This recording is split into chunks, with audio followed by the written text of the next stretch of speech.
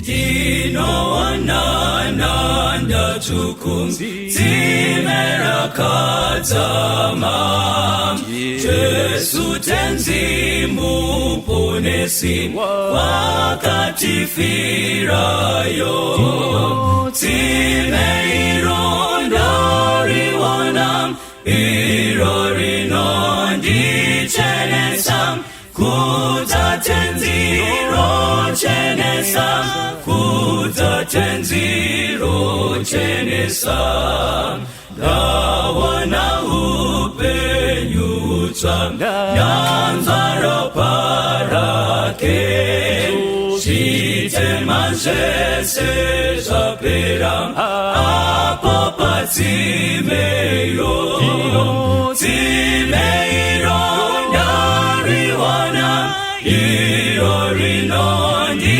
chenesam Kutatenziro chenesam Kutatenziro chenesam Ndamuganda itwa mutsam Nembiri yedenga Nemoyo nengu chenam Na Kristu mandiri Timeironda riwanam Irorinondi chenesam Kutatenziro chenesam Kutatenziro chenesam Chishamiso tizitake Roparake pasi Muzi wenyi Jesu chete Wakati nunura Timeironda riwanam Irorinondi chenesam Kutatenziro chenesam Kutatenziro chenesam Timeironda riwanam Irorinondi chenesam Kutatenziro chenesam Kutatenziro chenesam Timeironda riwanam Irorinondi chenesam Kutatenziro chenesam Kutatenziro chenesam Pati rimwe shoko randiri kuda rakataurwa naJesu rinoti Baba varegererei hapana chavanoziva. Munhu rudziwi naimini kunyarira kuti kutonamatira vavengi kuti varegererwe nokuti hapana chavanoziva. Ende ndoshamisika nemunhu panhu vese vandakaona ndasarenda. I've never seen munhu akaita seuyu kuti umwari hwahuri maari 100%. Humanity was in him 100%, intertwined together. That's what Ellen White says. So zvamunoita muchuruku ahlava zviya chamboko intertwined kura kuti hapana chiduku pane chimwe, kura kuti pese paitwa zvese zvese anga ari mwari akatsikirira umwari kuti hunhu hurambe huripo kuti akwanise kuva example yedu.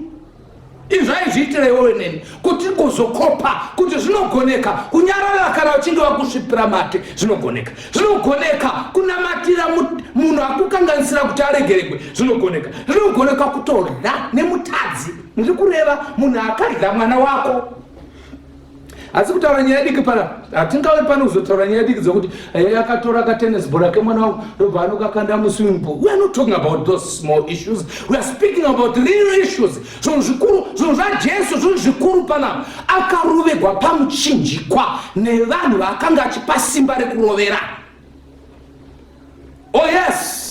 That's why we come Methodist vachiti ndinoshamisa kwazvo nebaba samakuru akaitiwa nemi ese anorumbidzwa ukuru hwenyu Mwari unoshamisa kwazvo. Epentekoste vanhu vati anobva tarirai ropa repamchinjiko, tarirai ropa riri pamchinjiko, tarirai ropa riri pamchinjiko, ngakudzweshe Jesu.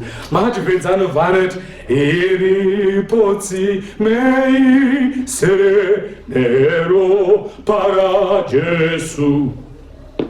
Vanyangadzi vosambwamo vanochena naro, vanochena naro, oh, vanochena naro. Vanyangadzi vosambwamo vanochena naro. Paul akanyora kuna vaFilipi akati, let this mind be in you, the mind that was in Jesus. Hama yangu natenzi Jesu Kristu wakurisa kudarika Jesu, unyaya kuprotecta maraitsi ako, unyaya kuprotecta zita rako.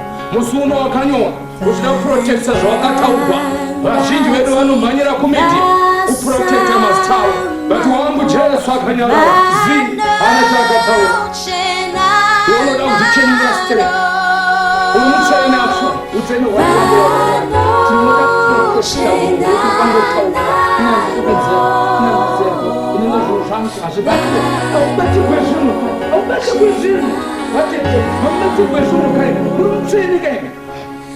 Asi Jesu akabatirwa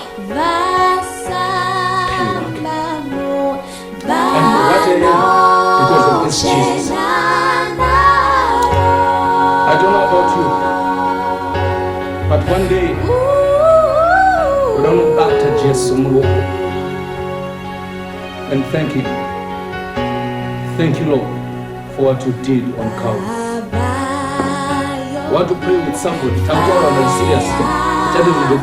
don't know where this thing is going. It's lockdown after lockdown. If I drop dead today, without getting some more, I said it. Without honesty. No shit, no shit, there's some sorrow. For how long are you going to do it?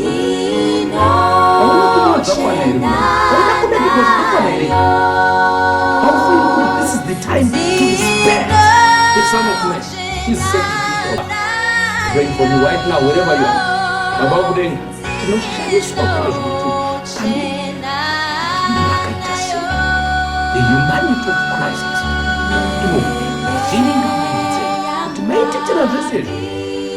Quite a good benefit, but if benefit, Lord, to your name, receive our hearts. Amen.